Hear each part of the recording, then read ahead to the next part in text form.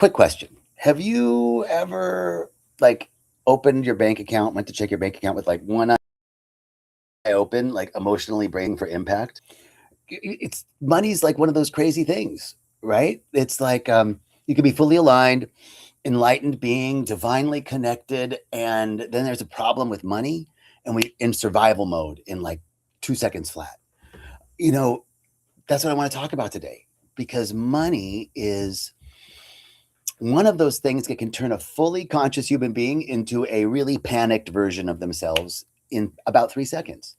That's what I want to talk about. You can feel that this isn't really about money, what we're willing to look at in our lives. It's about what we avoid and what we can stay present with, and I want to bring this to a deeper context. I want to share with you some lines from Hello, brother. Good to see you. I see you're on here. So good to see you, man. I want to share some lines with you from Ernest Holmes, a reading that I found recently that I was using to prepare for a class. And these are the lines. God cannot fail. The divine never fail us if we have implicit confidence in. But we are so with fear, Ernest Holmes says, we're so caught up with fear and doubt and uncertainty that it becomes necessary for us to take time every day, our union with the great outflowing givingness. Holmes completes with, God has already made the gift. It's up to us to receive it. I want to start there because this, again, isn't about money. Money is not our source. Money is a tool invented by metaphysicians.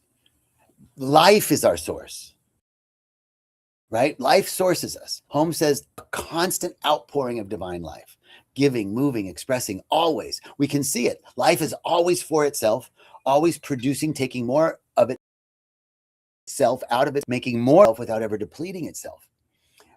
When I got to travel with Reverend Michael and Agape to Ghana, we met Brother Ishmael.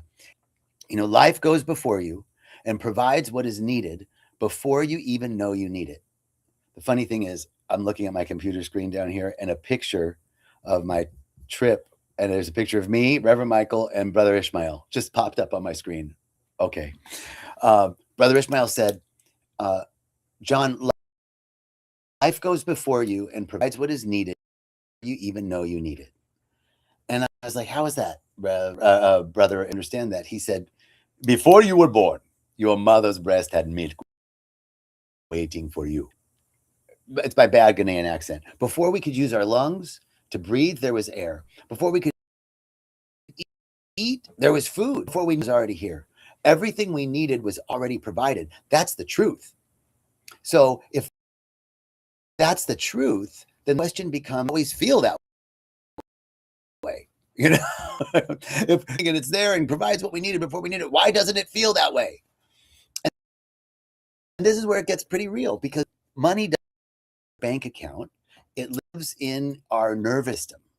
It shows up when our relationship with money shows up when money comes in. We feel when money goes out, connected and groundful and peaceful.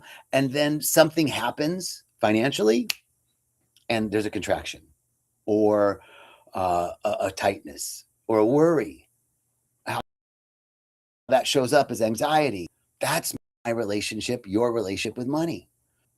And I want to tie this directly to Ernest Holmes. Holmes says the divine will never fail us, but we are caught in fear, doubt, and uncertainty. And he reminds us daily, lift our minds above confusion. It's not that life is withholding anything from us. It's that something in us is not open to receive. Because money is one way that flow shows up in the material world. And it's meant to move. It's meant to go in and to out and to circulate. That's the nature of this spirit. But most of us don't stay open to that movement. And as I try and grip it, And I cracked when it goes out. And I avoid looking at it. Like, how many of us have a budget? How many of us are living according to our budget?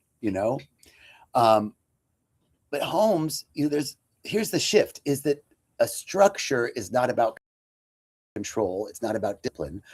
A structure is about reactivity. Structure is what tells life that I'm available for more. If divine order represented in my life, in my home, in my bank account, in my car, in my refrigerator, if divine order, if the things that I have, if I can't keep them in order, if there's not a structure to support what I have, then I'm telling the universe I don't have structure to structure is what signals to the ready to receive. God has already made the gift. Life has already made the gift. Leave it. So does my life actually to support and to receive what I say that I want? Does my life actually have the structure to receive what I actually want? So budgeting and paying attention to your bank account and your taxes and all that stuff is not about restriction. It's about moving friction. Every time we remove friction, even a little bit in our life, we increase flow. And as we increase flow, there's momentum. So structure, financial life structure in the financial dimension of our life is really about it's about creating a way that money can move cleanly. So tracking our money is not about control, but it's about becoming consciousness of the flow that we're already in and giving and circulating. It's not about losing, it's about staying in relationship with the outflow of life, the inflow of life, with the flow of life. Because underneath all this about money, it's really about whether we trust that life is supporting us. It's about whether we trust if life is for us. Do I feel in my heart of hearts, in my bones, Reverend Michael, that life has my back? This is the key. Ernest Holmes says in that reading, whatever I need, whenever I need it, wherever I need it, forever, how long I need it, it will always be at hand. That's the consciousness precedes form. So we must be in the consciousness that life is supporting us. We must live in the consciousness that whatever I need, how long I need it have it. Whatever I want. We have to be in the consciousness there is all that divine order exists. I don't have to create it. I don't have to force it. I don't have to manipulate it. I simply have to align with it. And as I align with it, life provides. I'm in flow. The question isn't, will life provide? The question is, can I receive it? Am I in alignment? And this is not something that we can figure out with our minds. It's something that we really feel with our bodies, right? Like experience it in real time. Take a minute, close your eyes, and imagine your bank account. And imagine 25% of it going right now. How does that, what's the feeling in your body? That's your relationship with money. Imagine you bring money into the field and you imagine receiving 25% more than you currently have. What does that cause? Is that like, oh, easy come, easy go? Is that, oh, I got this and I'm afraid I won't get more? Or there's no wrong answer. There's simply, what am I willing to look at? What am I willing to be aware of in my body? Our relationship with money doesn't live in our mind. It lives in our body. And, the deeper meaning is that the first layer of this financial life structure is the realization of source and supply. That life, money is not my source. Life, God, the presence, the givingness of source, and everything that I need is here. Can I align with it? That's the real question. you know, to